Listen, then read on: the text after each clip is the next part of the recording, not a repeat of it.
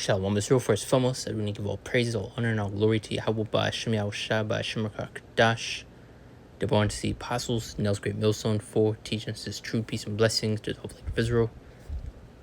Yahweh is the name of the Heavenly Father in Hebrew, Ba'Shem is the name, and Yahweh Shai is the name of the begotten Son. Background lesson, and as you see within the title, the military possesses a UFO ? And it came across this poster here, which actually was a couple months ago, but the point still stands. This is a heavy narrative that this devil is trying to push, that he's able to take out the chariots, that he's shot them down, that he has the remnants, the pieces and the inhabitants that are within those vehicles. They are trying to push this narrative that they have these things, which they don't, because it's not possible for this devil to shoot down a chariot of Yahweh Ba'Shem Shai. You especially get within the scriptures, this devil, he's going to utterly fail. He's going to be a walk in the park, in fact. Because very soon you're going to have this war in heaven take place. Which is not speaking of a war in the spiritual realm, but speaking of, the sky, space, for example. Which you see in a lot of these alien-like movies, like Independence Day, Battle Los Angeles, a great battle, in the skies, what you are getting ready to see unfold. But this devil's trying to, uphold this narrative that he's able to stand a chance against them. That he's taken them out, which you saw back in, I want to say, in the beginning of 2025.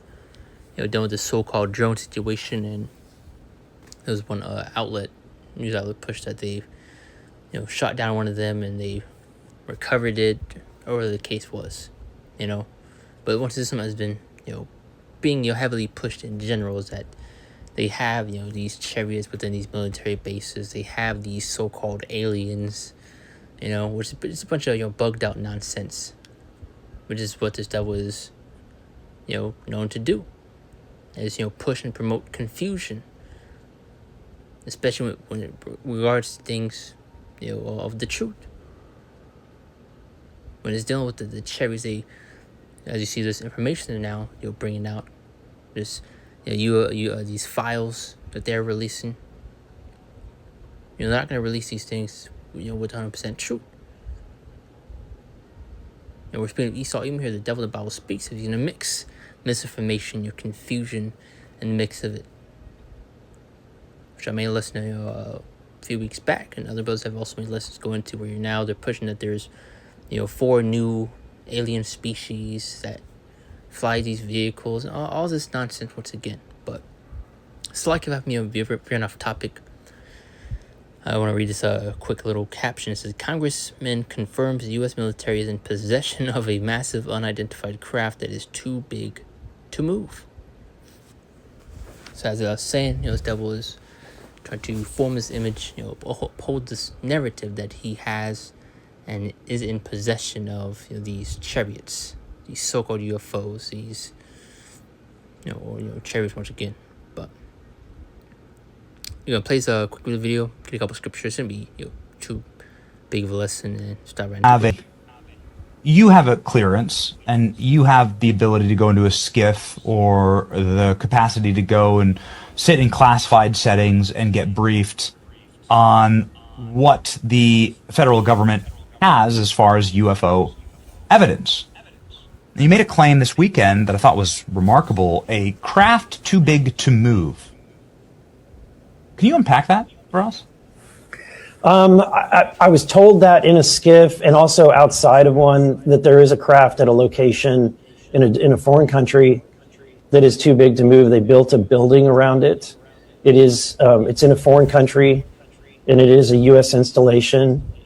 I can't say anything more than that. It's on like a U.S. military base installation. I can't really say anything more than that. What I can say is that it would be quite a trip to get there. I'm going to continue to do research. The fact that you have a... But there's that. Yeah, people, I guess, speaking on it. Let's see what this says. Absolutely gobsmacking that it's being kept as a secret. Jesus. This is most, definitely AI right here. Too big to move. I'm pretty sure they're talking about, okay, person making a joke.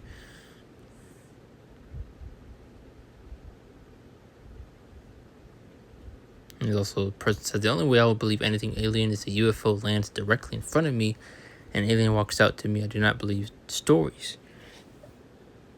But this person being for a rude awakening. But this is also what this devil, especially wants is to, keep this, confusion, being, upheld and, just pushed. Because when people see these chariots, this is exactly what they come to think of is, greens and grays and all these various other so-called type of species that are supposedly residing within those vehicles, operating those vehicles, and which is more confusion, of this devil.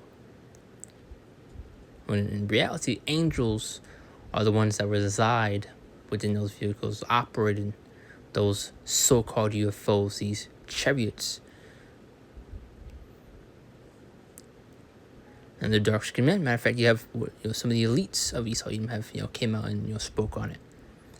That one particular video was dude speaking on seeing tall dark-skinned men coming up from these chariots, if not seeing them within the vehicle, And that's not the first time something like that has been said. But people are gonna call us crazy, mock and scoff at us, but yet they believe this. There's greens and grays with big eyes. There's insectoid type creatures, mantis like creatures. There's this and there's. Shut up. But let's get into these scripts at hand. This is 2 Corinthians chapter 2 and verse 11. And it says, "Lest Satan should avenge us, for we are not ignorant of his devices." In the translation, it says, "So that Satan will not outsmart us, for we are familiar with his evil scheme." So we know what's up and when the devil's pushing these things, and we know how he operates, the way he moves, especially in things that regard this truth. He wants to keep things foggy and murky. So when people do come across these things, they question it as to what it is, or they just directly believe everything that this devil says, which you see people tend to do. They want to hear it come out the horse's mouth. Because we've been speaking on the chariots for years, starting with the apostles and Elton down over the great millstone. Who resides within these vehicles, dealing with the angels. There's also other scriptures dealing with the eyes of the Lord. Various other scriptures depicting these chariots. As you get in Ezekiel 1, dealing with a wheel in the middle of a wheel. Zephaniah 5, dealing with a flying roll. Psalms 1, 4, and 3, speaking of those clouds, which you see in a lot of scriptures, especially dealing with Revelations, how Lord's returning upon a cloud with clouds. Those clouds are not speaking of, literal clouds, but of a chariot, a so-called UFO, which you get in Psalms 1, 4, and 3. It says, "Who laid the beams of his chariots in the waters, who maketh the clouds his chariots." So showing you what that was speaking of. But it's why you see this devil has been conditioning and molding the people via these alien movies, these as brought up a few points earlier, dealing with Independence Day, Battle Los Angeles. Battle Los Angeles is a bunch of jellyfish-like creatures.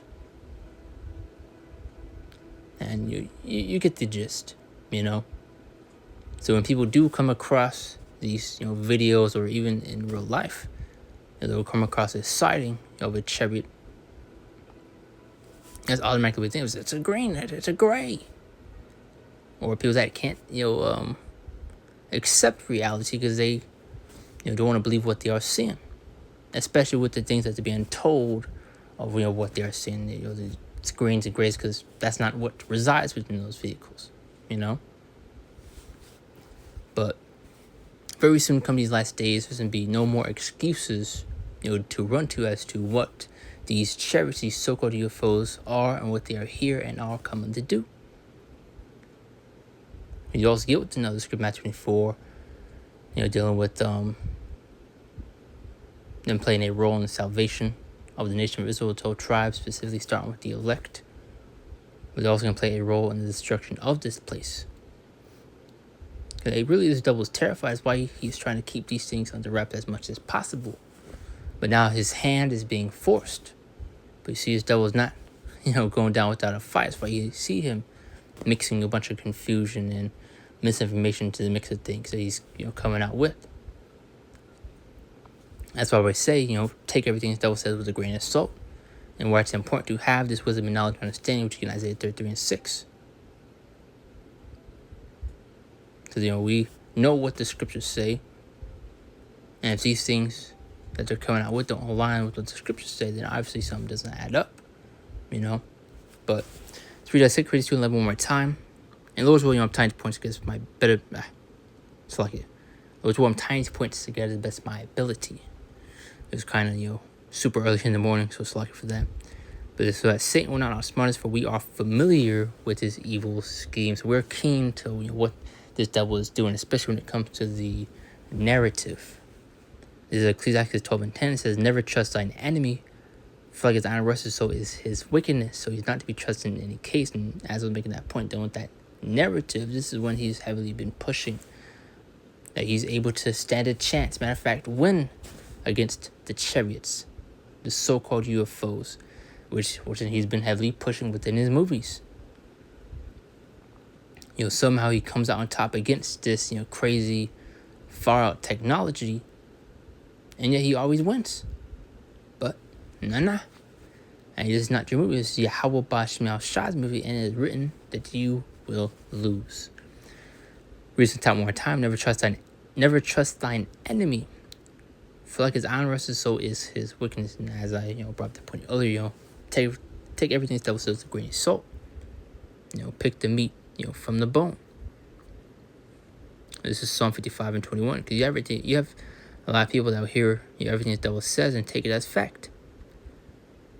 But that's why you also can Isaiah 30 and 1 to 3, how the trust in the shadow of Egypt shall be your shame and your confusion has come to bite you back in the behind. But it says, the words of his mouth were smooth as butter, but war was in his heart. His words were soft and oil, yet were they drawn swords.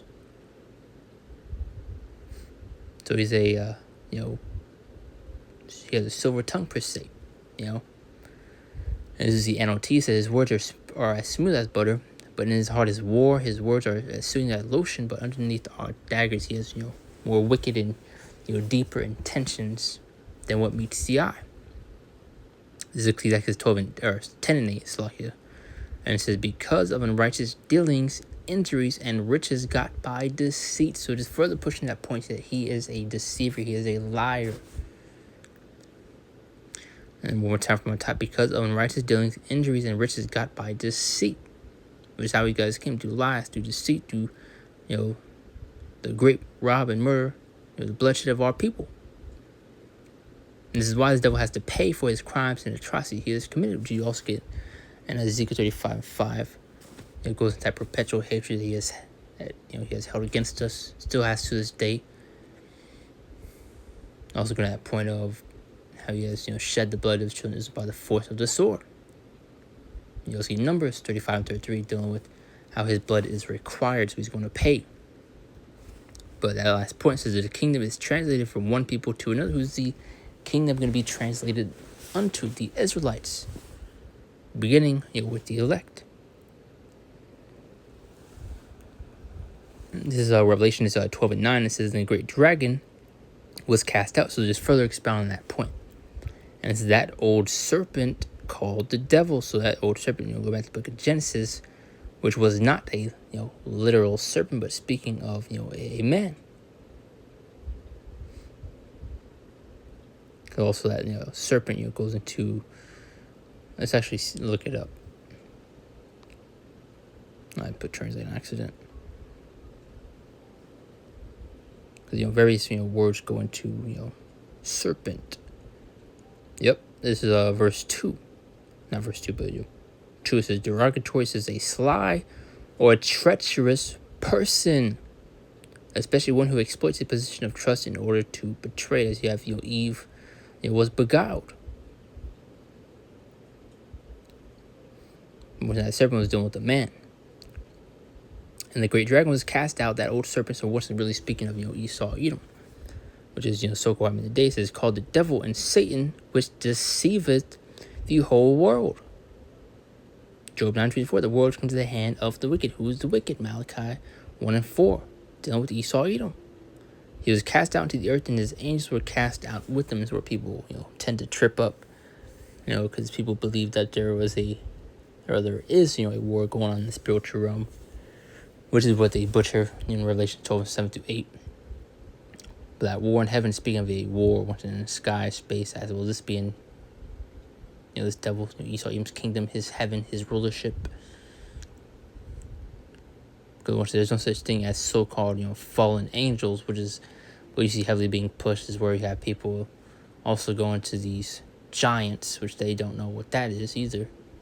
Which, sure, there were men of, high stature back then, but not to the extent that you see these people pushing today, Especially doesn't align with what, the scriptures say, with, what they're pushing. That's, a whole nother lesson and topic, for another time. But it says he was cast out into the earth, and his angels were cast out with him. So this doesn't be, dethroned, taken out of power. You can further, get in other scriptures. Isaiah, I want to say the 14th, about 13th chapter.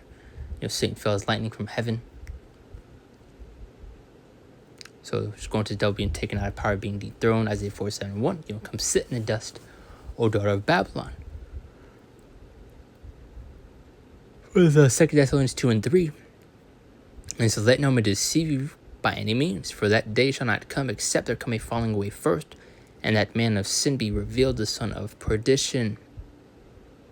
Read down on T. Don't be fooled by what they say, for that day will not come until there is a great rebellion against the Most High, and the man of lawlessness is revealed, the one who brings destruction. So this devil, he's being revealed, he's being exposed, he's being caught red-handed. People are now beginning to question the things he's saying, but also gonna have people that believe and be deceived by his wonders, these miracles he performed left hand side through his technology. So don't be surprised if he uses Project Bluebeam to project certain things. But that doesn't make that point. That's why it's important to have this wisdom, to have this, not to have this understanding. So when you do have these situations happen, hey, we're in the know. We apply the scripture, we apply wisdom. And also, why you get in the scripture, those that speak not according to this word, the life of the Father is not in them. So obviously, if it doesn't align with what the scriptures say, then something's up. But this is a closing scripture here, Revelation 12:7-8. And there was a war in heaven, Michael and his angel fought against the dragon. That dragon, once again representing Esau, Edom, his military might. And the dragon fought, and his angels will end up being his troops. So a great war. It really is going to be one-sided. It was going to take place. Verse 8, as we're going to read, his fate is sealed. It's a done deal. And prevailed not. Neither was a place found any more in heaven. So to be, taken out. He's going to lose. A walk in the park. As you get in scripture, has a place, it's going to be destroyed in under 1 hour. But that said right there, it's like if it was rambling a little bit, but Lord's will I tie these points together with my ability to be edified. And I do want to close out, give all praises, all honor, and all glory to Yahweh, Bashim, Shabbat, Shem, Kadash, and Shalom. See you next one, Lord's will.